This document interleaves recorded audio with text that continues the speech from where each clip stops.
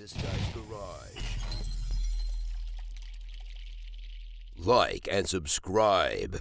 Mr. Gould, you can begin. Thank you to our witnesses. It's very important. We're all here today to speak of the order. That's very radical. This is an incompetent liberal government that's founded upon ideology that's forcing us to face this. They're incompetent because they were unable to uphold policies that had been implemented by the former conservative government. There were two great men, including Denis Lebel, that had developed a priority throughout the forestry industry of Quebec to strengthen the processing aspect of this industry. They did a lot for the forestry industry. However, all of their work was destroyed by the Liberal government, and I was very proud of this work that I participated in. So you talked about caribou herds, and the number of caribou, we talked about 200 of them. So you spoke of a group of 9.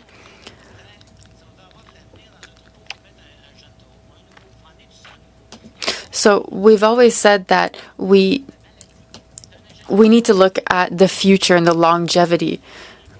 Caribou face illnesses as well. The death rate amongst this population is too high because there's low genetic diversity. So we could look for caribou in other regions that don't have the same genetics so that we can strengthen their DNA and reduce illness. That's a part of the problem too. So we're going to be instead closing down an industry that will affect families. But the caribou are not suffering from a lack of food. They're suffering from a lack of genetic diversity. Could you speak to this? Yes, so briefly. In nature, naturally, there's a limited number of times we can be cousins with one another. But we have these two herds, and I think that we have the opportunity to increase this diversity. I think we can all sit around the table and find a solution. It's a question of doing everything that's necessary. It doesn't have to be one or the other. De notre point de vue, la clé, elle réside effectivement dans l'élevage et la réintroduction. So there's also the question of reintroduction to strengthen the population. In terms of the Labrador herd, I think it's very important that we look at these aspects here, the reintroduction of the species. But we need to look at what is our real goal. Do we want to support the species and its growth? Or do we think that we've lost the battle because we made so many mistakes? Or do we want to simply sustain the population and keep those individuals alive that we already have? So I'd like to come back to the economic development. The former conservative government was very proactive, but since 2015, do you feel that forestry development is still a priority in your region? Or do you think we've become a little bit lost since 2015? Have you been supported by the Government of Canada in the forestry industry?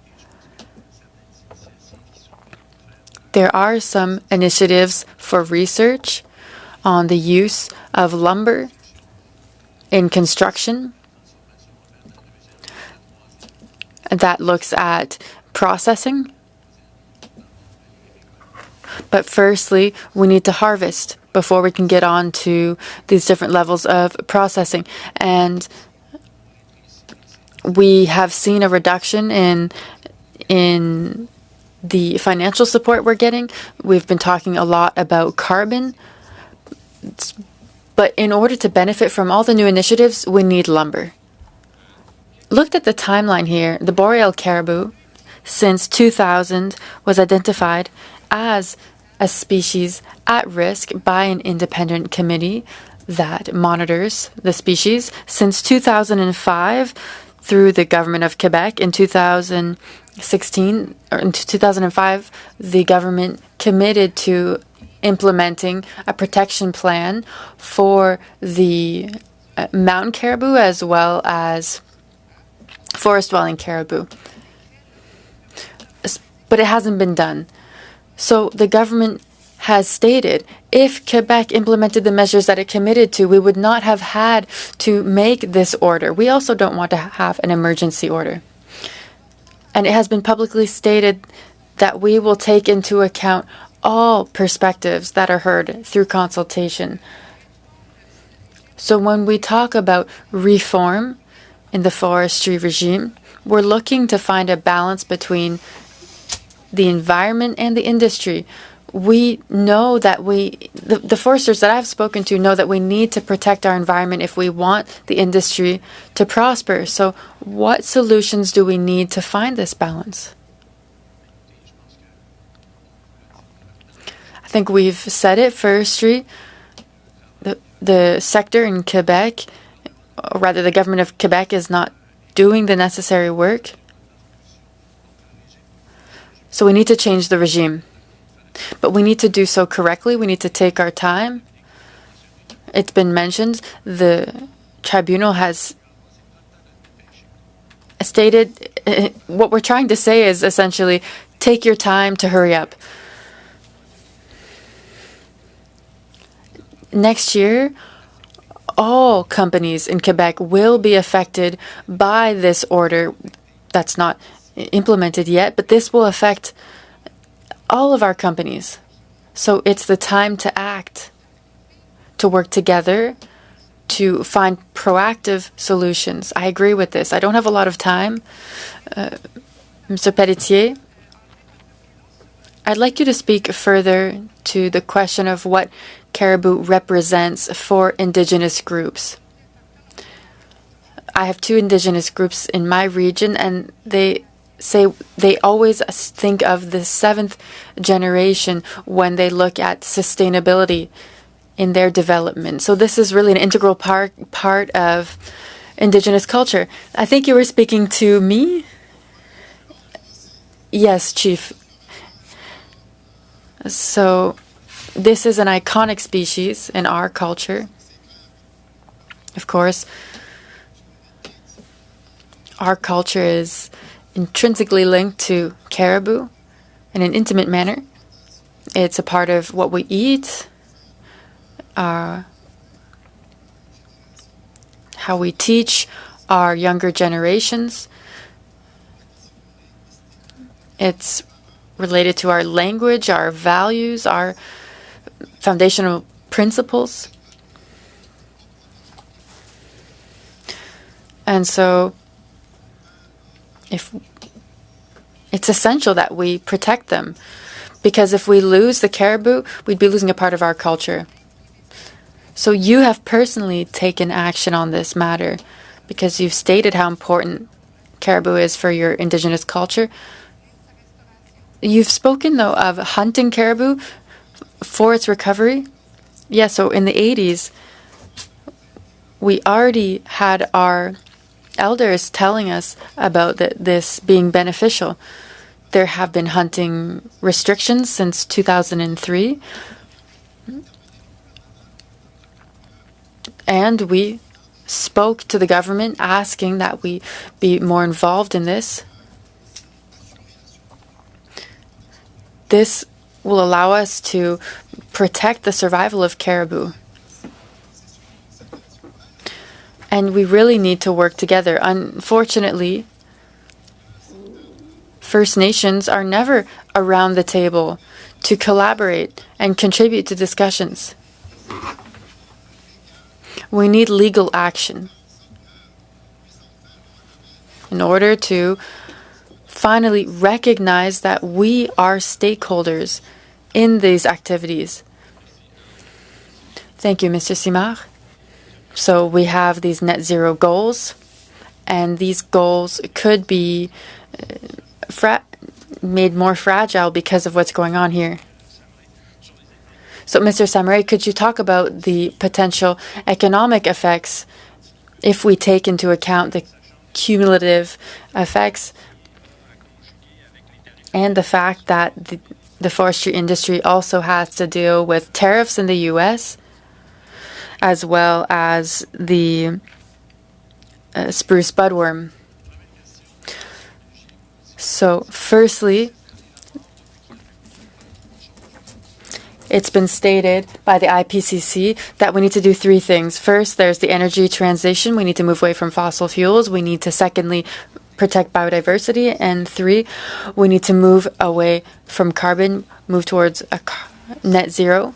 And we need to do all these things at once. So lumber is essential in meeting our net zero goals. Secondly, we need to understand that the current forestry system is not working. And it needs to be changed, but it takes time because the price of lumber in 2025 is going to explode because the square kilometers are going to be reduced by the order, and there will be a lack of lumber. And we also are facing forest fires. And this is 70,000 square kilometers in reduction, and there is not much lumber anymore. Mr. Simard, you still have time? Yes, just 30 seconds if I could. Go ahead. So we're talking about the cumulative effects. We also need to look at the impact of the cumulative effects of developing the territory. This doesn't help caribou. So there's a whole range of factors. When we develop land, it creates a more fragile situation for the caribou. There's the example of BC, where they are managing wolves as a predator for caribou, but it's not working very well because they also need to be restoring caribou habitat. How do you see this as a specialist in the forestry sector? Thank you for the question. As you said, I'm a specialist in forestry, but not in terms of wildlife and caribou. So unfortunately, I won't be able to answer that question. As chief forester, my strength is in forestry, and our work evolves over time. So we look at growth rates, we look at how everything is evolving in order to plan for the future, and that's our strength. So we're able to when we make recovery plans, we look at different scenarios. We use the expertise of our team to see how the forest is regenerating and evolving over time to see whether or not this will be beneficial to the caribou. This is an expertise that we have to make our informed decisions for Quebec. So I can't answer your question about predators, but we do have tools to develop strategies and projects, and our expertise is always there for support. Mr. Petit or Mr. Samaray, I have a question over what's been said previously. So there's a lower, if we reduce access to forests, we lose jobs. Are our calculations different from other countries? Protected areas are the responsibility of the Department of Environment. When they decide to protect part of the territory, the chief forester takes it into account and adjusts the forecasts for the forest so that there is no overharvesting. As part of our work in Quebec, in the recovery plans that have been implemented since 2013, they've been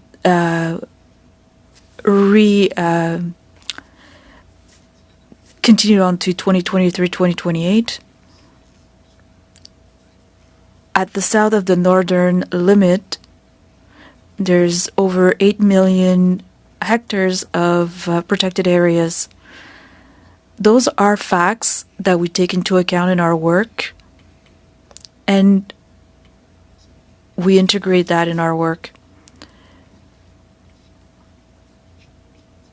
Do we manage properly the forest to take into account climate change? We can always improve our work and reinvest in the forest to improve its productivity and its resilience in the face of climate change. We have to see how much money we want to invest in public forests. There are other issues in Quebec. I'm not a politician. When we look at the budgets available for forestry, we do what we can. I have a question. The last aspect that was mentioned is important, whether it has to do with the order or other.